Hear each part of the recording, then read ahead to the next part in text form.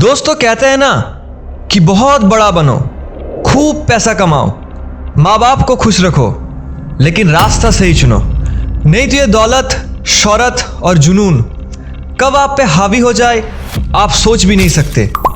ऐसी एक कहानी एक लड़के की जो खूब मेहनत करता था, परिवार की भूख मिटाने के लिए दिन रात काम करता था, रेल कैंटीन में काम करता था, लेकिन आखिर उसने ऐसा क्या सपना देखा जिसकी वजह से आगे जाके वो 30,000 करोड़ का स्कैम करता है। ये कहानी है India's one of the biggest scam star Abdul Karim Telgi की।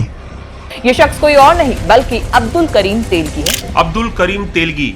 अब्दुल करीम तेलगी। अब्दुल करीम तेलगी। अब्दुल करीम तेलगी।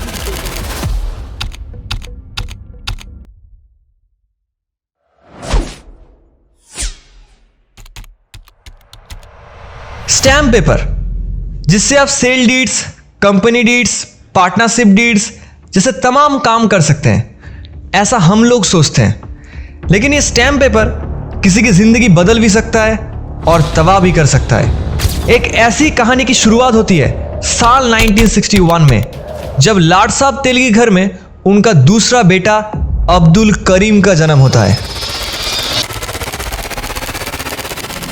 देखिए, यह है कर्नाटक और यहां पर एक छोटा सा शहर है खानापुर, जहां पर रहते थे लाड साहब तेलगी, उनके 3 बेटे और शरीफा बाई। अब फैमिली तो ठीक ठाक बड़ी थी, लेकिन थे तो लाड साहब तेलगी एक क्लास 4 रेल एम्प्लॉय, तो दिन में 2 वक्त का खाना नसीब होना भी बहुत कम ही किस्मत में लिखा था। लेकिन असली दिक्कत तो तब शुरू होती है जब 7 साल के अब्दुल करीम ने अपने वालिद साहब को खो दिया। लाड साहब तेलगी के 60 रुपए पेंशन को छोड़ के पूरी फैमिली के पास और कुछ इनकम सोर्स नहीं था। इसीलिए शरीफा बाई के रहीम, करीम और अजीम तीनों बेटे ने रेल स्टेशन में और ट्रेनों में जा जाकर फल बेचना चालू किया। अब करीम देख रहे थे कि इन सब से भी उनका काम नहीं हो रहा, तो उन्होंने रेल कैंटीन में जाकर काम करना शुरू किया। हार्डवर्क, स्ट्रगल और गरीबी, इन सब के बीच में भी अब्दुल रेगुलर स्कूल जाते थे और साल 1984 आते आते उन्होंने अपना ग्रेजुएशन भी कंप्लीट किया। अब्बू गुजरने के बाद अब्दुल के लाइफ में बहुत कुछ बदल गया था, लेकिन सिर्फ एक चीज नहीं बदली थी और वो था उनका गरीबी। पर अब बहुत हो गया, जिंदगी में अगर कुछ बड़ा करना है तो बड़ा सोचना भी पड़ेगा। इसीलिए अपने सपनों को पूरा करने वो आ पड़े सपनों के शहर बॉम्बे। लेकिन इतने बड़े शहर में काम ढूंढना भी उनके लिए मुश्किल रहा, लेकिन किसी ना किसी तरह से MS फ्लिक्स नाम के एक कंपनी में एज ए सेल्स एग्जीक्यूटिव वो ज्वाइन कर लेते हैं। अब आप सोचेंगे कि गरीबी से जूझकर इतनी बड़ी शहर में काम करने का मौका मिला है तो वो बहुत मेहनत करेंगे, मन लगा के काम करेंगे, लेकिन असल में वो बहुत लेजी थे। इतने लेजी कि कंपनी की मंथली टारगेट को भी वो पूरा नहीं कर पा रहे थे। इसीलिए बहुत जल्द उनको काम से बाहर कर दिया गया। लेकिन उनकी किस्मत बहुत अच्छी थी, इतनी अच्छी कि यूसुफ इस्माइल के गेस्ट हाउस में उनको काम करने का मौका भी मिल गया और उनकी सिस्टर इन लॉ से उनकी शादी भी हो गई। अब्दुल जिस मकसद से बॉम्बे आए थे वो तो पूरा हो गया था, लेकिन अपने सपनों को वो और बड़ा करना चाहते थे। अब उस टाइम पे एक ट्रेंड चलता था, अगर आपको बहुत पैसा कमाना है तो गल्फ कंट्रीज में जाना जरूरी है, और अब्दुल अपने किस्मत को आजमाने के लिए वहां पर ही जाते हैं। अब जाते संगी उनको वहां पर जॉब तो मिल गया, लेकिन किस्मत के भरोसे आप अपने सपनों को जी नहीं सकते। फिर से उनको आलसीपन की वजह से जॉब से निकाल दिया गया और 2 साल के अंदर ही वो बॉम्बे फिर से लौट आए। अब अब्दुल डिप्रेशन का शिकार हो रहे थे। जॉब मिलने पर भी बार बार निकाले जाने पर उन्होंने फैसला किया अब वो जॉब ही नहीं करेंगे, बल्कि कम मेहनत करके ज्यादा पैसा कमाएंगे। अब उन दिनों इंडियंस का गल्फ कंट्रीज में जाने का ट्रेंड को देखकर उन्होंने ट्रैवल एजेंसी खोलने का फैसला लिया।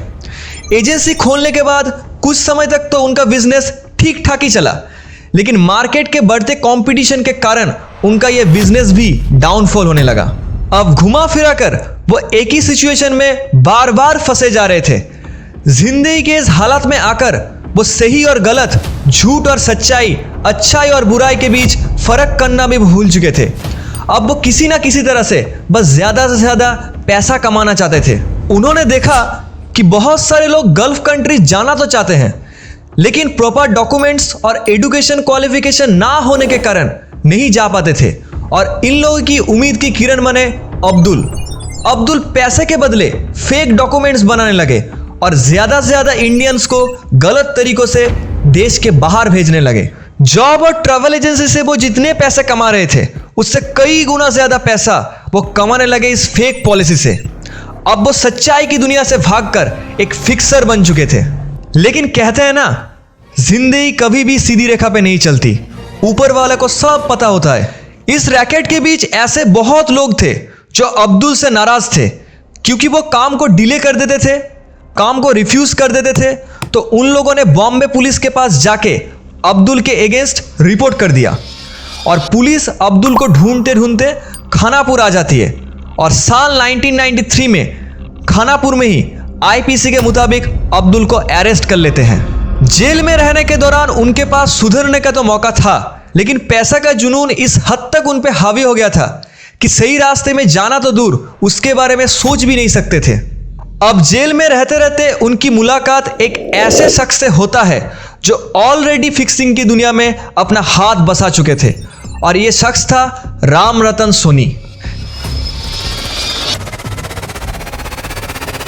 स्टैम्प पेपर स्कैंडल के कारण सोनी जेल में कैद थे और स्टैम्प पेपर के इर्द गिर्द जितने भी स्कैम किए जा सकते थे उनको वो चप्पा चप्पा मालूम था। अब तेलगी के आने की वजह से उनको एक नया क्राइम पार्टनर भी मिल गया था। अब तेलगी को यह पता चल चुका था कि सोनी के हाथ पकड़ के ही वो कोई बड़ी मछली पकड़ सकते हैं, और स्टैम्प पेपर था वो जरिया, क्योंकि उस टाइम पे स्टैम्प पेपर के ऊपर गवर्नमेंट इतना ज्यादा ध्यान नहीं देते थे। कुछ दिनों बाद दोनों का बेल हो जाता है और जेल से निकलते ही वो लोग अपने अपने प्लानिंग में जुट जाते हैं। स्टैम्प पेपर बेचने के लिए एक प्रॉपर गवर्नमेंट द्वारा इशू किया गया लाइसेंस होना जरूरी है, और इस लाइसेंस को पाने के लिए लोग 3-3, 4-4 साल तक वेट कर रहे थे और फिर भी मिलने का कोई गारंटी नहीं था। और तेलगी के अंदर इतना पेशेंस नहीं था। सोनी ने बहुत सोचा और इसका एक तोड़ निकाला, और वो था पॉलिटिक्स। दरअसल सोनी के पहचान में एक जर्नलिस्ट था जो कि पॉलिटिशियन बनने का सपना देखता था, और वो था अनिल गोटे। अब अनिल गोटे उस टाइम कोई पॉलिटिशियन तो नहीं थे, लेकिन पॉलिटिक्स में उनकी पहचान बहुत ही अच्छी थी, और ये अनिल गोटे ही आगे जाके उस टाइम के रेवेन्यू मिनिस्टर विलास राव देशमुख को रिकमेंड करते हैं, जिसकी वजह से तेलगी को ये लाइसेंस मिल जाता है। जिस लाइसेंस को पाने में लोगों को 3-4 साल लग जाता था, तेलगी को वो 2 महीने में मिल चुका था। नासिक के स्टैम्प सुपरिंटेंडेंट मो पलवार, जिसने खुद तेलगी को स्टैम्प पेपर बनाने का लाइसेंस दिलवाया और साथ ही साथ एक स्पेशल लाइसेंस दिलवाया जिसके जरिए वो स्पेशल स्टैम्प पेपर बेच भी सकते थे। अब तेलगी को बड़ी मछली नजर तो आ रहा था, सिर्फ देरी था तो उसे पकड़ने की, और समय बिल्कुल जाया ना करके तेलगी नासिक चले जाते हैं और वहां के गवर्नमेंट ऑफिशियल को ढेर सारा पैसा खिला के किसी भी तरह से प्रिंटिंग मशीन को एक्सेस कर लेते हैं। अब उनके पास वो खजाना था जिससे वो पैसों की इमारत खड़ी कर सकते थे। इन सभी पैसों से वो बॉम्बे, पुणे, बेंगलोर, हैदराबाद जैसी बड़ी बड़ी शहरों में फ्लैट्स, बंगलोज, लैंड्स के ऊपर पैसे बहाने लगे, और इस फर्जी तरीके से वो पैसे कमा नहीं रहे थे, पैसे छाप रहे थे।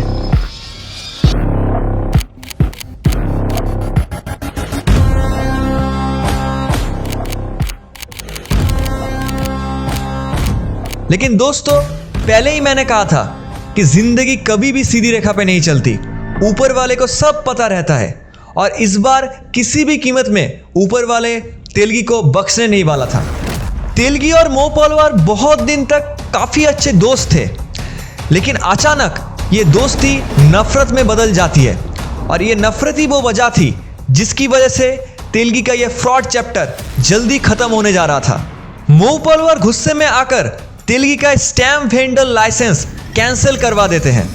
अब तेलगी पॉलिटिक्स और पुलिस कनेक्शन की मदद से इस फ्रॉड को चला रहे थे, लेकिन ये सभी हाथ किसी ना किसी दिन तो छूटने वाला था।